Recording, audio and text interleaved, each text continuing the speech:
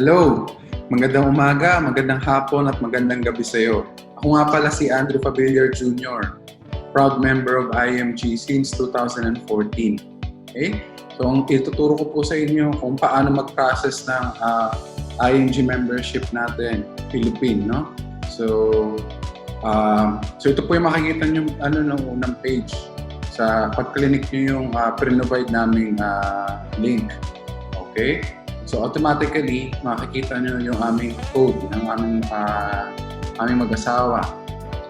Click nyo lang po itong link na ito, yung click here to sign up for other countries. And then you will see the list of membership fees all over the world. Okay? So, piliin nyo po yung Philippine membership fee. Okay? Na 5,500 pesos. Yan. So, ito po yung ating registration form. No? So, as you can see, meron po tayong mga fields na mayroong nakalagay na asterisk. Ang ibig sabihin po niyan, mandatory field po yan. So, kailangan nyo fill upan. Hindi nyo pwedeng skipan yung field na yan. Okay? So, yan. So, of course, yung last name, make sure lang po na tama yung spelling. Okay? And kung kaya nyo po yung case, yung capital letter po yung una ng inyong pangalan. Okay? So, gawin nyo po yan. Yan. Example lang po itong ginagawa ko, ha? Yan.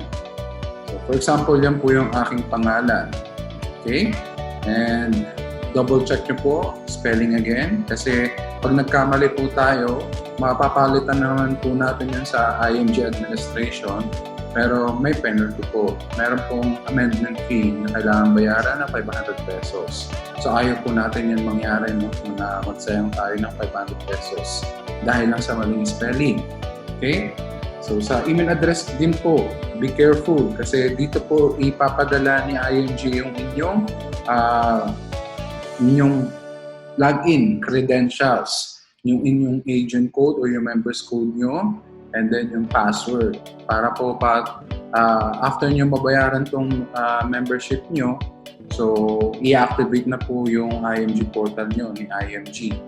Okay? So yan po yung magiging basihan nyo. O okay na kung activated na yung portal nyo. Okay? So lagay po natin, for example lang, okay, madidetect po kasi ni IMG or yung website ni IMG na pag yung email address na ilalagay nyo ay existing na. So, uulit ka sa una. So, make sure po na kung nagamit nyo na, for example, yung email address nyo sa una, umulit na kayo. So, make sure na gumamit kayo ng panibagong email address. Okay? Hindi na po pwede gamitin yung nauna or yung nagkamaling registration. Okay? So, I suggest na gawa po kayo ng new email address na intended or para lang po sa IMG para nakasegregate po yung inyong emails na ma-receive from International Marketing Group. Okay? So, piliin nyo lang po kung ano yung gender nyo. Tapos, ito hindi na ito makapalitan. Kaya sabi ko sa inyo kanina na dapat alam nyo kung ano yung code na kausap nyo dito sa IMG. Okay? So ito po, i-untick nyo lang po itong part na to. Hindi po ito mandatory. Okay? And yung name of trainer. Okay? So sabi dito, if applicable. So lagay nyo po kung sino po yung kausap nyo. No? So lagay nyo lang yung details, yung full details niya. Okay? Tapos, yung birthday niyo po, no? So dito, madidetect ni IMG na dapat yung magre-register is 18 years old. Kasi kung hindi mo rin mapipili, no? Kung kuwari 17 years old, hindi mo mapipili yung taon ng birthday ng isang 17 years old. Makikita mo dito is yung pang 18 years old na. Okay?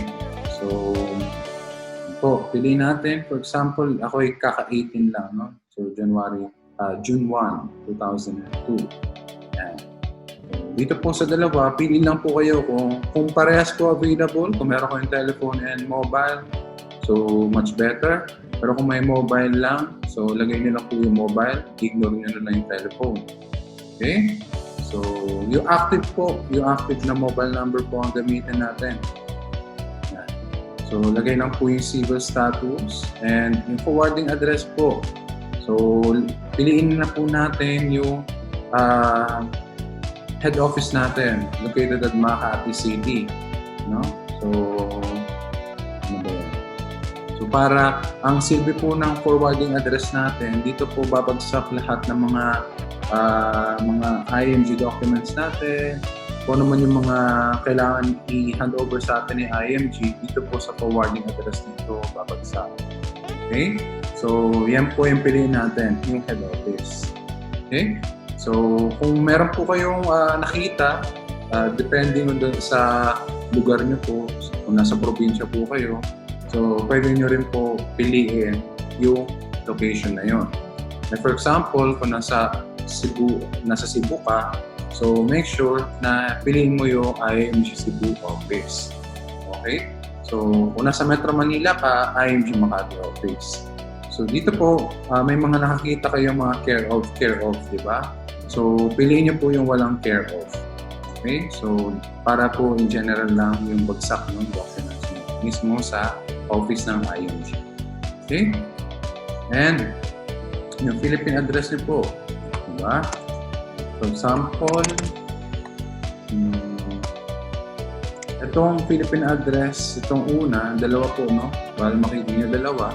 So, as I suggest, ito yung kahit yung zone na lang, no? Zone 2, tapos ito yung barangay. No? San Juan, lagyan natin. San Juan. Tapos yung city, or kung hindi man city sa probinsya, town, okay, lagay nyo yung town. Okay? So, sabihin natin yung town namin, no? Bacau. So, Philippine region. So, ano ba yung region na yan? So, sabihin natin sa amin kasi ang region namin is Camarines Sur. Okay, so, yan po yung region. So, aming Philippine zip is 4432. Okay? So, kung hindi nyo po alam ang Philippine zip code nyo, okay, so, tanungin nyo lang po si Google, no? Madali lang naman po mahanap sa Google kung ano yung zip code na lugar nyo. Okay? Don't forget to tick this part, yung subscribe to site newsletter para po lagi kayo nakaka-receive ng mga newsletter from IMG. Okay? And, yan. In Philippines, huwag na po palitan yan. Tapos, state, Camarines Sur, tapos yung city po, Bacau or town. Street is Zone 2, San Juan. Tapos yung inyong zip code, 4432. Yan. So, basahin lang itong agreements. Okay?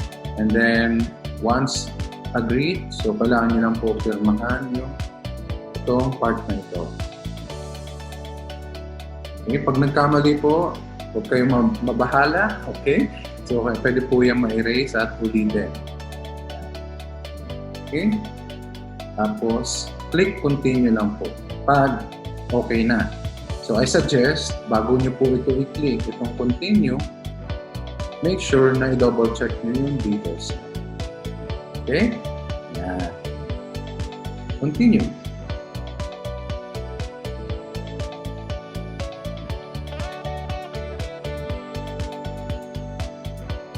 Yan.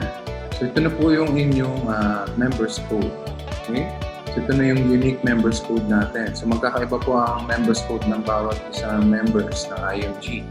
So, ikaw, for example, nagkumuha ka ng registration, ito po yung magiging code mo. So, I suggest take a screenshot or picture nito kasi para matandaan niyo po kung ano yung code nyo dito sa IMG. Ito yung magiging code nyo para sa lahat ng IMG transactions na gagawin nyo dito. Okay? So for your investment, ito po yung magsisilbing folio number, okay, ng inyong investment sa IMG Solvable Fund. Okay? Yan. So meron po tayong mga payment options na available, okay, para sa atin. So depende po kung ano po yung availability nyo. Okay? So sa mga abroad po, di ba na karamihan sa atin, walang online banking. Swerte mo kung meron kang online banking kasi mas madali. Pero kung wala po, money remittance tayo. O kaya, kung meron tayong kakilala sa Pilipinas or pwedeng mapakisuyuan na kamag-anak, kaibigan, pwede natin ipa-deposit sa bangko na affiliated ni IMG. Okay? So kung meron yan, bank deposit. Kung money remittance, piliin lang po ito. And kung online bank transfer, ito rin po ang pipiliin. Pag meron kayong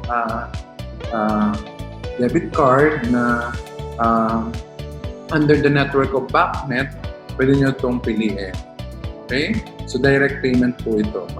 Itong dalawang ito, mabilis po ito ng transaction dito. Okay? Sa credit card via PayPal naman, dapat meron kang PayPal account. Okay? And yan, meron tayong video internet banking and Palawan Express. So ito, aside from doon sa bank deposit, kung hindi marunong pumunta ng bangko, okay? So para mag-deposit, pwede through Palawan Express. Okay? And ito rin po, BDO bills payment. Okay? So, ayan lang po. So, I suggest na i-click nyo po itong link na ito. Okay? Tapos, piliin nyo yung entire link, tapos kopyahin nyo. Okay? Tapos, isend nyo po itong link na ito doon sa kausap nyo. No? Dito sa IMG. Para matulungan niya kayo sa pag-upload ng inyong proof of payment. Okay? Kung medyo takot po kayong i-try itong mga payment options, so madali lang naman to, pero nandito naman po kami para i-assist kayo sa pag-upload ng inyong proof of payment. Okay? So for example, ang ginawa nyo is money remittance. Yan. Click nyo lang yung money remittance. Yan. So, piliin nyo to itong payment method, bank deposit or money remittance. Tapos, yung mobile number nyo.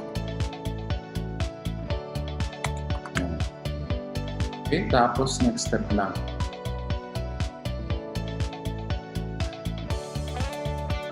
So, please choose. Click nyo kung ano po bank o saan ka magpapadala. Pero I suggest po na BDO na lang po. Banco de Oro po ang padalahan niyo. Mabilis yung payment verification dito sa BDO. Select. And, ayan. So, dito po makikita nyo yung account number and then account name. So, take note lang po kasi marami pong nagkakamali rin dito sa beneficiary details na nilalagay sa remittance. Ang nilalagay yung beneficiary details, yung pangalan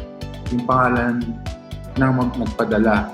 So, dapat yung pangalan ng beneficiary name would be the account name of the company. Tapos yung account number would be the account of IMG. Ito po. Okay?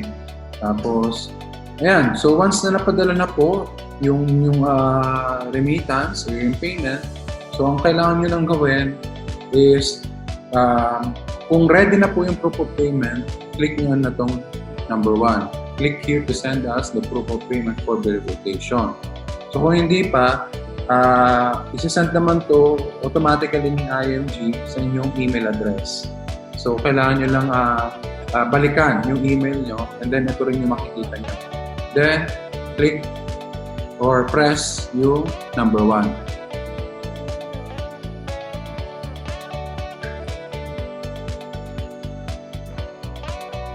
Ayan. So, ito na po yung ating confirmation ng deposit. So, meron na pong naka-example dito. So, ilalagay nyo lang dito sa ating date and time kung anong oras nyo pre-process. So, take note lang po ng date and time kasi yung ibang remittance centers hindi nakalagay yung yung date and time. Pero ang pinaka-importante dyan, yung date, no? So kung wala po nakalagay na time, lagay nyo lang po yung default value, which is 12 o'clock. Okay? Yan. Tapos yung deposit code, yan, no? Nakikita nyo sa picture. Okay? Kung ano po yung transaction reference number ng remittance, yun po yung ilalagay nyo sa deposit code. Okay? So magkaiba po kasi ito. Ito yung sample sa video. And then, once nalagay mo ng deposit code, press mo yung select file. Huwag mo na palitan yung amount paid. Okay? Dito ka na sa select file. Hanapin mo kung saan yung file ng kung saan nakasave yung inyong proof of payment. Usually pag mobile device, nasa gallery kagad yan ng inyong telepono. So yung gagawin mo na lang is hanapin yung from your gallery. Okay, kung laptop or computer ang gamit nyo, so make sure na alam nyo kung saan nyo sinave yung proof of payment nyo. Okay, and then select the file. Make sure na matapos tong umiikot-ikot na yan. Itong umiikot-ikot na to, tapos magpakita yung preview ng inyong proof of payment, and then click submit once tapos na. Okay? Yan. So, ito po yung example ng ating remittance. So, for bank deposit, money remittance, online bank transfer, and video internet banking, magkakaparehas lang po ang kailangan natin gawin, no? Dito. So, ito naman, bank deposit and remittance, parehas lang po yan. Okay, take note. And sa online bank transfer naman, natin, okay, pagkakaiba nila. So ito, halos the same lang, no? Halos the same lang po na bank deposit or remittance. Ang kailangan mo lang gawin is palitan ito.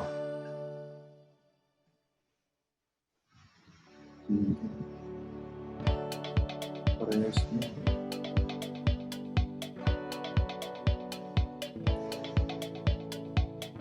So yan, so yung pinakita ko pong procedure, parehas po yung magiging procedure na gagawin nyo dito sa tatlong ito. Okay? So bank deposit, money remittance, and online bank transfer. Yan. So dito po, usually ito, bago lang itong facility natin, itong Palawan Express. So sa Palawan Express, ganito lang gagawin nyo. So, lagay niyo yung mobile number nyo, o kaya yung yung taong hiningan nyo na pabor na magbayad sa Palawan Express. Okay? Lagay niyo yung mobile number nyo dito. Lagyan natin 0915. Tapos, next step lang.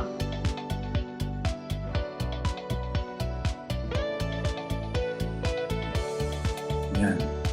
So, i-click nyo lang kung ano yung kung okay na yung details, di ba? Ang gagawin mo lang naman dito is to follow kung ano yung mga payment instruction na nakalagay dito. Okay? So, anong gagawin mo dito sa part na to? I-screenshot mo po ito. Take mo ng picture. Okay? Take note of the deadline. Dapat mabayaran po ito bago mag-expire. Kasi pag sabihin natin sa Thursday at 10 p.m. pumunta yung pinag-usapan nyo, so wala na. Hindi na to valid itong transaction na to. Madi-delete po ito automatically. Okay? And yan, so click nyo yung pre-filled form nyo. Yan, so ito very important, no? So I suggest ito, i-take mo ng screenshot or picture plus itong part na to. Para alam nung pinag-usapan nyo kung ano yung dapat niyang gawin. Diba? So ito yung papakita niya dun sa teller dun sa Palawan Express. Okay? Tapos, babayaran lang niya yung amount plus the transaction fee na exclusive para sa mga IMG members and transactions na 30 pesos lang. Okay? 30 pesos lang po ang charge na Palawan Express para dito. Yan. So, next is yung BDO bills payment natin. Ito, bagong payment facility ng IMG. Okay? So, dito, same, kailangan natin ilagay yung number. Meron ng datas yan. Okay? And, naka-select na din siya, BDO bills payment. And next step. Yan. So, yung payment instruction nandito na rin. So, ang kailangan mo lang gawin is to follow this. So, very important po na kailangan nating i-follow kung ano yung nakalagay dito sa ating payment instruction. Okay? Kasi, like for example, itong transaction na to, meron tayong temporary subscriber number or transaction number na i-generate na ating website. So ito yung kailangan nating ilagay as subscriber number dun sa ating BDO bills payment facility.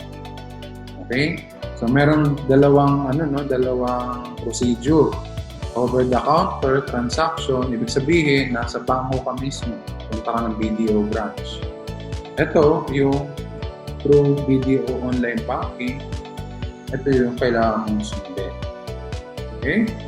So, step 1 and 2 yan, parehas. Then, proceed ka dito sa step 3 and 4. Parehas yan for over the counter and online banking. Okay? So, basahin lang po na maigi itong instruction and that's it. No? Wait lang tayo ng ilang days, banking days, para sa activation ng inyong IMG portal and members page para makapag-start na kayo mag-invest and to avail kung ano ba yung mga gusto nyo i-maximize na membership benefits ni IMG.